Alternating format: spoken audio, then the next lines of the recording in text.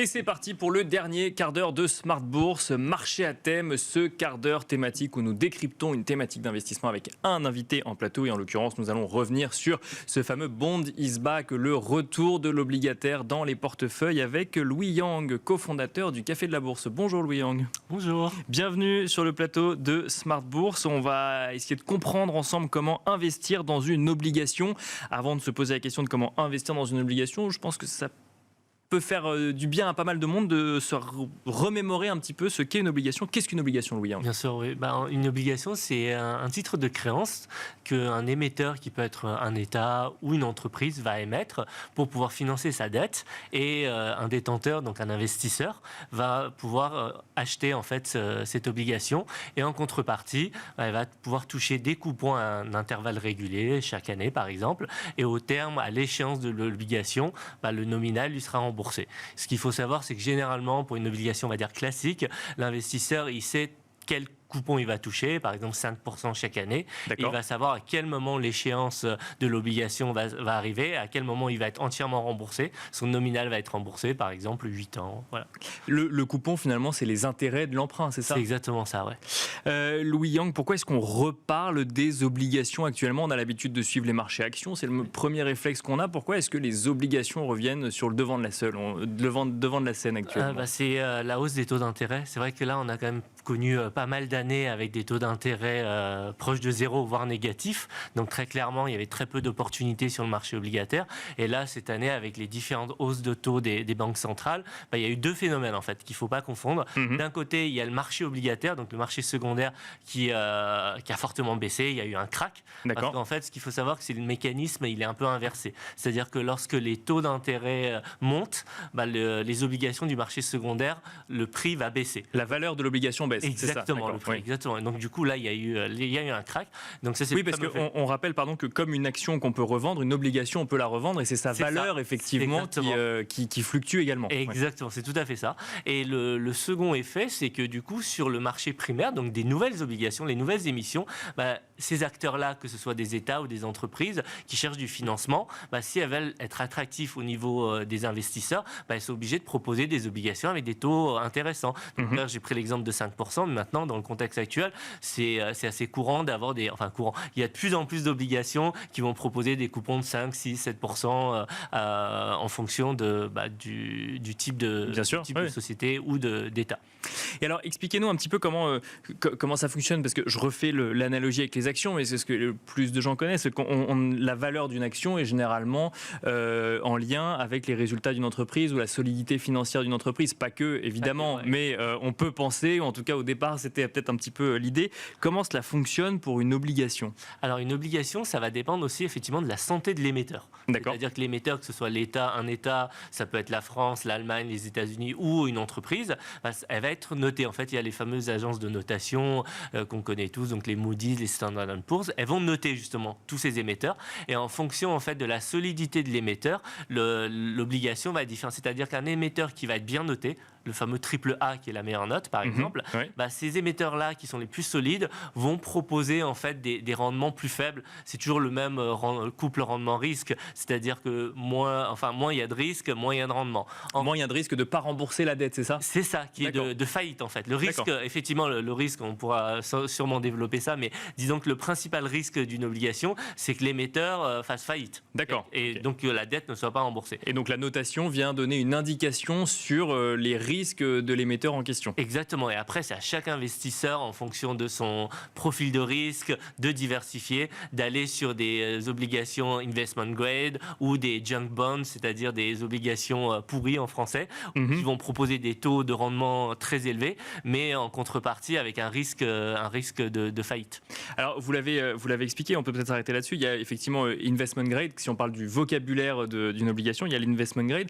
Il y a également ce qu'on appelle le high yield. Alors, qu'est-ce que c'est c'est que le high yield? Le high yield, c'est le haut rendement. Donc, ce D'accord. sont des obligations qui vont proposer un haut rendement versus un risque élevé. Enfin, versus en prenant en compte le fait qu'il y a un risque élevé, effectivement, puisqu'on propose un rendement un peu plus élevé. Donc là, effectivement, on a posé un petit peu le constat du fonctionnement d'une obligation, d'un investissement obligataire. Maintenant, concrètement, comment est-ce qu'on investit dans une obligation? Alors, il y a plusieurs façons. Une des façons, c'est de passer par un fonds, donc une SICAV, par exemple. Il va y avoir des SICAV obligataires qui sont gérés par des gérants qui vont investir pour vous dans différents types d'obligations. Donc ça, c'est une première méthode, en sachant que ces SICAV, on peut les mettre sur un compte titre, un PEA, une assurance vie. D'ailleurs, en parlant de l'assurance vie, je pense qu'il y a beaucoup d'investisseurs, finalement, qui sont investis en obligataire sans forcément faire attention, parce que le fonds euro, en fait, le fonds euro de l'assurance vie est principalement composé d'obligations. D'accord, d'obligations d'État, pour le coup. Oui. Principalement, oui, tout à fait. Même si dernièrement, il y a eu plus de diversification, mais on va dire, oui, la grande majorité des fonds euros, c'est des obligations d'État. Et donc, du coup, en fait, lorsqu'on a du fonds euro d'assurance vie, en fait, on a de l'obligation. Donc ça, c'est le premier moyen d'investir en obligations, c'est via des SICAV, effectivement. Il y a d'autres manières d'investir en obligations. Alors, il y a évidemment, maintenant, c'est devenu incontournable, les trackers, les ETF. Bien sûr. On va aller traquer différents types d'indices obligataires. Donc ça, c'est une autre manière d'investir sur les obligations. Ce qu'il faut savoir que cette année, on a en Europe à peu près presque 40% des ETF qui sont des ETF obligataires, en fait, au niveau des avoirs. Donc très clairement, il y a une vraie tendance sur ce type de placement. Donc ça, c'est une autre manière. Et là aussi, on peut trouver des thématiques sur les ETF, par exemple, sur les différents types d'ETF obligataires? Ah oui, il y a beaucoup de choix. Alors là, effectivement, on peut être sur du corporate, donc des obligations corporate, donc des obligations émises par des sociétés. Après, il va y avoir aussi, ça, je pense que c'est quelque chose qui intéresse dans le contexte d'inflation actuelle. Il va y avoir aussi des ETF sur des obligations qui sont indexées à l'inflation. D'accord. Ouais. Donc ça, c'est aussi une autre possibilité. Voilà, donc il y a différents, il y a un horizon assez large aussi. Il y a des thématiques dans l'obligataire également quand on parle d'ETF ou de tracker. C'est ça. Donc là, on a parlé de SICAV, on a parlé d'ETF. Effectivement, j'imagine qu'on peut en acheter en direct aussi. Oui, des obligations. c'est la manière, on va dire, peut-être la plus simple, mais qui n'est pas forcément la plus courante, pour une raison simple, c'est que la plupart, beaucoup d'obligations ont des coupures très élevées. C'est-à-dire que la coupure minimum d'une obligation, ça peut être 100 000 euros. D'accord. En sachant que pour tout bon investisseur, il faut diversifier. Bien sûr. C'est-à-dire qu'il faut quand même avoir un portefeuille global assez conséquent. Ça veut dire qu'une obligation vaudrait 100 000 euros. Ou il faut investir, ou en tout cas prêter 100 000 euros. Exactement. Voilà, exactement. Donc du coup, c'est plus compliqué de diversifier quand on a un portefeuille plus petit. Ce qui fait que du coup, l'obligataire en direct, c'est pas forcément jusqu'à présent la manière la plus courante. D'accord. Même si de plus en plus, il y a des coupures d'obligations à 1 000 euros. Là, du coup, ça permet à l'investisseur avec un moins capitalisé d'aller diversifier, investir, et auquel cas c'est effectivement une manière d'investir dans les obligations en direct. Oui, sachant que après la question, ça dépend de l'investisseur, mais est-ce que investir en obligataire, c'est acheter une obligation ou acheter plusieurs obligations de plusieurs sociétés? Donc on revient sur ce sujet de diversification. Je pense que tout miser sur une obligation, sur une entreprise ou un État, c'est quand même pas forcément une bonne idée. Voilà, exactement. Mais donc il faut effectivement avoir le capital pour aller diversifier son portefeuille. Justement, pourquoi il faut diversifier? C'est parce qu'il faut diversifier le risque. Quels sont les risques que présentent des investissements obligataires?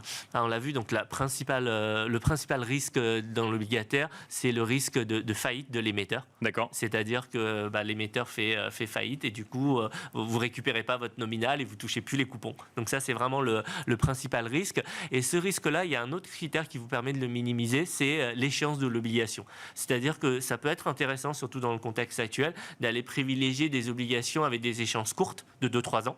Plutôt que des obligations sur 8-9 ans. D'accord. C'est assez logique. Bien sûr. Évidemment, plus le laps de temps est faible, moins le risque de faillite est grand. Donc ça, et du coup, ça joue sur le rendement de l'obligation, qu'elle soit court ou moyen terme? Ça peut jouer, mais encore une fois, il y a d'autres critères. Il y a la notation, la solidité de l'émetteur, il y a le marché secondaire, il y a les taux d'intérêt. Donc il y a plein d'autres critères qui vont jouer.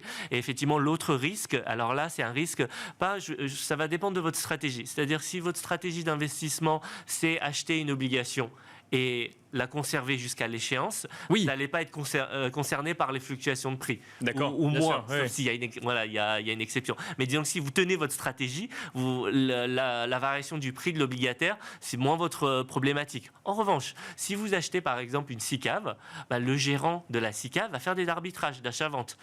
Et comme le marché obligataire va fluctuer, comme on l'a vu tout à l'heure, notamment avec la fluctuation des taux d'intérêt, on peut se retrouver du coup avec des obligations qui sont en moins-value. Donc, du coup, c'est important, je pense que pour les investisseurs obligataires, surtout les novices, regardez pas uniquement le coupon. Il faut regarder en fait le rendement courant, c'est-à-dire qui tient compte du prix de l'obligataire, parce que ça peut valoir, lorsqu'elle est émise, ça vaut 100, mais ça peut augmenter, mais ça peut baisser aussi. Et donc ça, il faut regarder le rendement courant.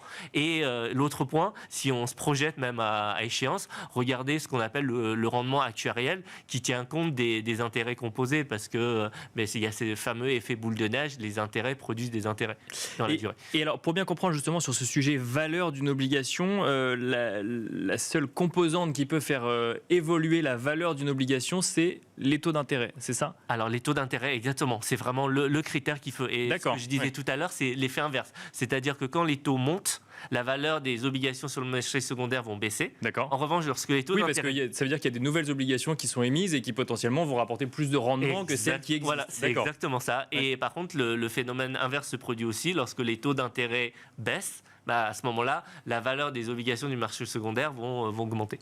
Il y a d'autres risques à prendre en compte. Effectivement, on parle d'obligataires souverains, mais alors parfois on va les acheter en euros, parfois en dollars, parfois en yens. On a vu effectivement les spreads actuellement sur ces différentes devises. Est-ce que ça, c'est aussi un risque à prendre en compte? Totalement. Si vous avez des obligations qui ne sont pas dans votre devise nationale, c'est clairement un risque. Le taux de change, c'est un vrai risque à prendre en compte. Quand on regarde l'évolution de l'euro-dollar, c'est clairement quelque chose de difficile à anticiper. Si vous êtes sur une obligation à maturité 8 ans, c'est difficile d'aller anticiper sur 8 ans comment l'euro-dollar va fluctuer. Donc, si vous voulez minimiser ce risque, à ce moment-là, privilégiez les obligations en euros. Ça, c'est une première chose. Une autre chose, c'est aussi, là, on a parlé des grosses devises, mais faites attention aussi aux devises qualifiées d'exotiques. Bien sûr. Où là, la roupie indienne, livre turc, etc. Là, à ce moment-là, il peut y avoir effectivement peut-être des rendements très intéressants, mais ne pas négliger le risque de taux de change. Oui, parce que une variation sur le taux obligataire pourrait faire prendre de la valeur à l'obligation, mais attention au taux de change qui pourrait faire perdre de la valeur à votre investissement. Exactement. Ouais. Merci beaucoup Louis Yang de nous avoir détaillé le mécanisme d'investissement dans une obligation sur le plateau de Smart Bourse, un peu moins connu que les actions, les obligations, mais ça revient sur le devant de la scène, donc il est important de s'y intéresser. Merci beaucoup. Ouais. Merci à vous également de nous avoir suivis dans Smart Bourse ce soir pour décrypter effectivement l'investissement dans les obligations. Je vous rappelle que vous pourrez retrouver toutes ces émissions en replay sur le site bismart.fr. Nous écouter également en podcast sur toutes les plateformes de podcast et je vous donne rendez-vous évidemment en direct sur Bismart lundi prochain à 12h30 pour un nouveau numéro de Smart Bourse.